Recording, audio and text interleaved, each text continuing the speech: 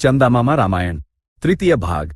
विश्वामित्र और उनके पीछे राम लक्ष्मण 1 कोस की दूरी चलकर सरयू नदी के दक्षिणी तट पर पहुंचे।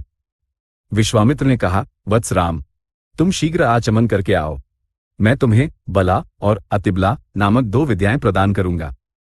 मंत्रों से युक्त ये विद्याएं तुम्हें थकान और रोग से मुक्त रखेंगी। ये तुम्हारे रूप को अक्षुण्ण रखेंगी और आपदाओं से तुम्हारी रक्षा करेंगी। जब तक तुम इन मंत्रों का जप करोगे, सौंदर्य, बुद्धि, कौशल और शास्त्रार्थ में कोई भी तुमसे श्रेष्ठ नहीं होगा। तुम्हें भूख प्यास नहीं सताएगी और तुम्हें महान कीर्ति प्राप्त होगी। राम ने अत्यंत प्रसन्नता के साथ आचमन कर स्वयं को शुद्ध किया और विश्वामित्र से बला अतिबला विद्याएं ग्रहण की। उस रात्रि उन्होंने सरयू के तट पर विश्राम किया। प्रातःकाल होते ही विश्वामित्र ने उन्हें जगाया और सरयू नदी में स्नान करवाया। नित्य अनुष्ठान पूर्ण कर वे पुनः विश्वामित्र के साथ चल पड़े और उस स्थान पर पहुंचे जहां सरयू का गंगा से संगम होता है। वहां एक आश्रम था। प्राचीन काल में जब भगवान शिव वहां तपस्या कर रहे थे, तब कामदेव ने उनकी तपस्या भंग करने का प्रयास किया था। शिव के तृतीय नेत्र खोलते ही कामदेव भस्म हो गया। तभी से उस आश्रम में शिव के शिष्य मुनि निवास करते हैं। चूंकि कामदेव ने वहां अपने अंग शरीर का त्याग किया था, इसलिए उस क्षेत्र का नाम अंगदेश पड़ा। राम और लक्ष्मण ने विश्वामित्र से इन विषयों को जाना और उस रात्रि आश्रम में विश्राम कर अगले दिन नौक द्वारा गंगा पार की। तत्पश्चात उन्होंने पैदल एक भयानक अरण्य में प्रवेश किया। वहां जनमानस का नामो निशान न था। निरंतर झींगुरों की झंकार, सिन्हों की गर्जना, व्याघ्रों की दहाड़, जंगली वराहों की घरघराहट और हाथियों की चिंगाड़ सुनाई दे रही थी। वह वन चंद्र, मद्दी, बेल, कीकर और बेर जैसे वृक्षों से इतना घना था कि मनुष्यों का प्रवेश दुष्कर था। राम ने आश्चर्यचकित होकर महर्षि से पूछा, महामुने, इस वन का नाम क्या है? विश्वामित्र ने राम लक्ष्मण को उस वन की कथा विस्तार से सुनाई। उस क्षेत्र में किसी समय मलद और करुष नामक 2 समृद्ध देश थे। वहां ताड़का नाम की यक्षिणी और उसका पुत्र मारीच इन दोनों देशों का विनाश कर रहे थे। उनके भय से कोई भी मनुष्य उधर नहीं आता था। ताड़का साधारण नहीं थी, उसमें सहस्र हाथियों का बल था। इसी कारण उसने सुभिक्ष देशों को महावन में परिवर्तित कर दिया था। ये सुनकर राम ने पूछा, स्वामी, सुना है कि यक्ष अल्प शक्ति वाले होते हैं, फिर इस ताड़का को सहस्र हाथियों का बल कैसे प्राप्त हुआ? विश्वामित्र ने कहा, पुत्र, ताड़का का वृतांत भी सुनो। सुकेतु नाम का एक महान यक्ष था। उसने संतान प्राप्ति के लिए घोर तप किया। ब्रह्मा ने उसकी तपस्या से प्रसन्न होकर उसे पुत्र के स्थान पर सहस्र हाथियों के बल वाली पुत्री का वरदान दिया। ब्रह्मा के वरदान से ताड़का का जन्म हुआ और वह बड़ी होकर अत्यंत सुंदरी युवती बनी। सुकेतु ने उसका विवाह सुंद नामक यक्ष कुमार से कर दिया। उन्हें मारीच नाम का पुत्र प्राप्त हुआ, जो पराक्रम में इंद्र के समान और अत्यंत अभिमानी था। इसी बीच एक घटना घटी।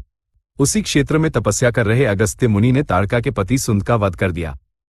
क्रोधित होकर ताड़का और मारीच अगस्त्य मुनि को खाने के लिए उन पर झपटे। तब अगस्त्य ने उन दोनों को राक्षस होने का श्राप दे दिया। मारीच राक्षस बन गया और ताड़का अपना सौंदर्य खोकर भयंकर रूप वाली नरभक्षिणी बन गई। वह अगस्त्य मुनि का तो कुछ बिगाड़ न सकी, परंतु उनके द्वारा विचरित इस पुण्य भूमि को उजाड़कर विभत्स बना रही है। अतः हे राम, तुम उस ताड़का का वध करो। वह स्त्री है, इस संकोच में न पड़ो। उसके अधर्म की कोई सीमा नहीं है।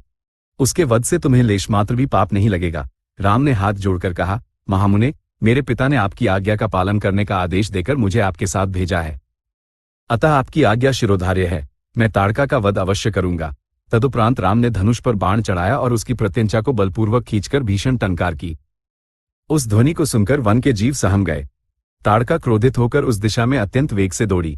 उसे अपनी ओर आता देख राम ने लक्ष्मण से कहा, देखो लक्ष्मण, ये कितनी विकराल है, जो धीर पुरुषों के मन में भी भय उत्पन्न कर दे। इस स्त्री पर प्रहार करने के लिए मेरे हाथ नहीं उठ रहे। इसे निकट आने दो, मैं इसके नाक कान काटकर इसका गर्भ चूर्ण कर दूंगा।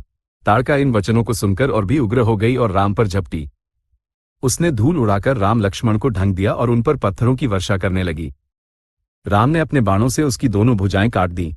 लक्ष्मण ने अत्यंत क्रोध में उसके नाक और कान काट दिए, परंतु मायावी ताड़का ने पुनः शिला वर्षा आरंभ कर दी।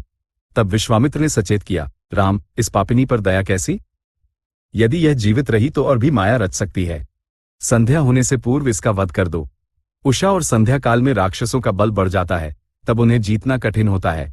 ये सुनते ही राम ने ताड़का के वक्ष पर एक शक्तिशाली बाण मारा। उस प्रहार से वह भूमि पर गिर पड़ी और तड़पते हुए प्राण त्याग दिए। विश्वामित्र ने परम आनंदित होकर राम को गले लगाया और उनके मस्तक को सूंघकर आशीर्वाद दिया, वत्स, तुमने इस दुष्टा का वध कर महान कल्याण किया है। आज की रात्रि हम यहीं रुकेंगे और प्रातः अपने आश्रम प्रस्थान करेंगे। अगले दिन ब्रह्म मुहूर्त में उन्होंने राम को जगाया। स्वयं शुद्ध होकर पूर्वाभिमुख बैठ उन्होंने राम को अनेक दिव्य अस्त्रों के मंत्रों का उपदेश दिया। तत्काल वे अस्त्र राम के समक्ष मूर्त रूप में प्रकट हुए और हाथ जोड़कर बोले, हम आपके सेवक हैं। आप जो भी आज्ञा देंगे हम वही करेंगे। राम ने उन अस्त्रों का स्पर्श कर कहा, अभी आप सब मेरे मन में निवास करें। तत्पश्चात राम ने विश्वामित्र से अस्त्रों के उपसंहार की विधि भी जान ली। फिर वे तीनों आगे बढ़े। कुछ दूर जाने पर एक पर्वत के समीप एक सुंदर उपवन दिखाई दिया। राम ने पूछा, स्वामी, इस वन को देखकर मेरा मन प्रफुल्लित हो रहा है। यह कोई आश्रम प्रतीत होता है। इसकी कथा क्या है? विश्वामित्र ने कहा, पुत्र, पूर्व काल में विरोचन पुत्र बलि ने महापराक्रमी होकर तीनों लोकों को जीत लिया और स्वर्ग पर अधिकार कर लिया। तब भगवान विष्णु ने कश्यप ऋषि के यहाँ वामन अवतार लिया और बलि के यज्ञ में जाकर 3 पग भूमि मांगी। बलि ने दान दे दिया। वामन ने 3 पगों में तीनों लोकों को नाप लिया और बलि को पाताल भेज दिया। वामन और उनके पिता कश्यप ने इसी आश्रम में दीर्घ तपस्या की थी। इसीलिए मैंने भी यहाँ अपना आश्रम स्थापित किया। यहाँ राक्षस बार बार आकर मुझे पीड़ित करते हैं, जिनका वध तुम्हें करना है। विश्वामित्र के उस आश्रम का नाम सिद्धाश्रम था। राम लक्ष्मण के साथ आश्रम में प्रवेश करते ही वहां के मुनि प्रसन्नतापूर्वक दौड़े आए, विश्वामित्र का पूजन किया और राम लक्ष्मण का आतिथ्य सत्कार किया। राम लक्ष्मण ने विश्राम कर मार्ग की थकान मिटाई और विश्वामित्र से निवेदन किया, महामुने, अब आप यज्ञ का अनुष्ठान आरंभ करें। हम आपके यज्ञ की रक्षा करेंगे। वो रात्रि व्यतीत हुई। राम लक्ष्मण ने जागकर संध्यावंदन आदि पूर्ण किया। जब वे विश्वामित्र के पास पहुंचे, वे होमकुंड के समीप आसनस्थ थे। उन्होंने पूछा, महात्मा, राक्षस कब आएंगे? हमें किस समय सावधान रहना चाहिए? विश्वामित्र मौन रहे, परंतु यज्ञवेदी के पास उपस्थित मुनियों ने कहा, पुत्रों, विश्वामित्र यज्ञ दीक्षा में होने के कारण मौन रहेंगे। आज से 6 दिनों तक तुम्हें हमारी रक्षा करनी होगी। राम और लक्ष्मण ने विशाल धनुष बाण धारण कर निद्रा का त्याग कर 5 दिन और 5 रात आश्रम की रक्षा की। 6ठा दिन आया। यज्ञशाला में अग्नि प्रज्वलित थी। यज्ञ विधि विधान और मंत्रोच्चार के साथ चल रहा था। तभी आकाश से भयंकर गर्जनाएं सुनाई दी। सुबाहु, मारीच और उनके राक्षसी दल ने काले मेघों की भांति आकाश को घेर लिया और यज्ञवेदी पर रक्त की वर्षा करने लगे। राम ने उस कोलाहल को सुना और आकाश में राक्षस सेना को देखा। उन्होंने मानवास्त्र का संधान कर मारीच पर प्रहार किया। उस चोट से वह उड़कर समुद्र में जा गिरा। तत्पश्चात राम ने आग्नेयास्त्र से सुबाहु का और वायव्यास्त्र से शेष राक्षसों का संहार कर दिया। विश्वामित्र का यज्ञ निर्विघ्न संपन्न हुआ।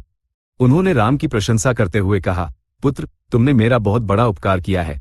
चंदामामा रामायण, 3य भाग संपूर्ण। अधुना स्वस्ति।